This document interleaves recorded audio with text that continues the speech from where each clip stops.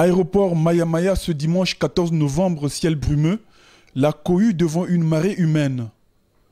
Le président rwandais Paul Kagame, qui entame une visite d'État à Brazzaville, est accueilli en grande pompe.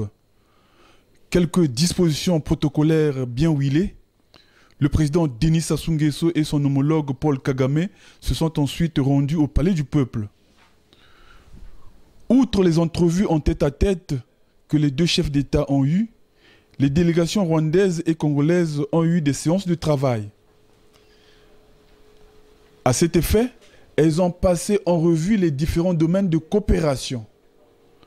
De ce fait, les présidents Denis Sassou Nguesso et Paul Kagame ont convenu de donner une nouvelle impulsion aux relations bilatérales.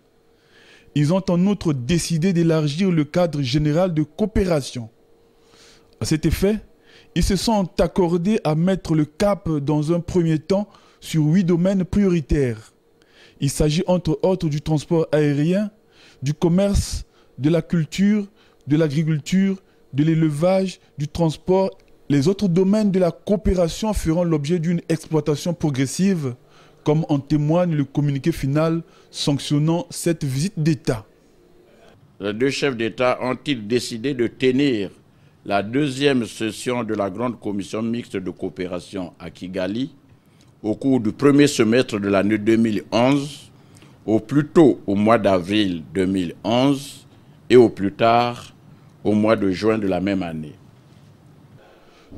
Le communiqué signale par ailleurs que les deux chefs d'État se sont accordés sur la nécessité de faciliter le mouvement de population par l'ouverture d'une ligne aérienne entre Brazzaville et Kigali.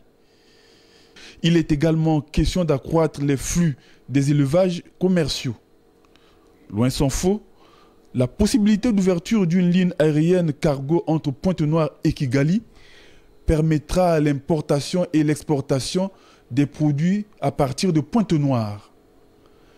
Les deux hommes d'État ont aussi échangé sur des questions sous-régionales. Le problème des réfugiés dans les Grands Lacs, leur rapatriement volontaire avec l'accord du HCR.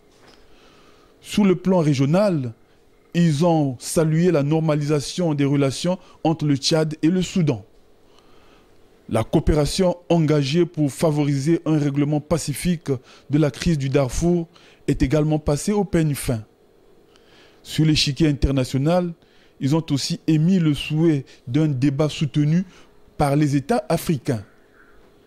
Question de prendre une position commune africaine sur les réformes des Nations Unies.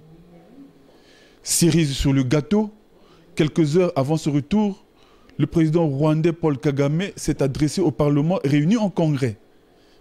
Ici, il a reconnu le rôle important joué par le Congo dans la lutte pour la libération et l'émancipation de l'Afrique. Il a en outre mis en exergue les défis africains. Ceux-ci consiste à bâtir sur les progrès déjà réalisés et à trouver les voies et moyens pratiques qui leur permettront de renforcer leurs institutions.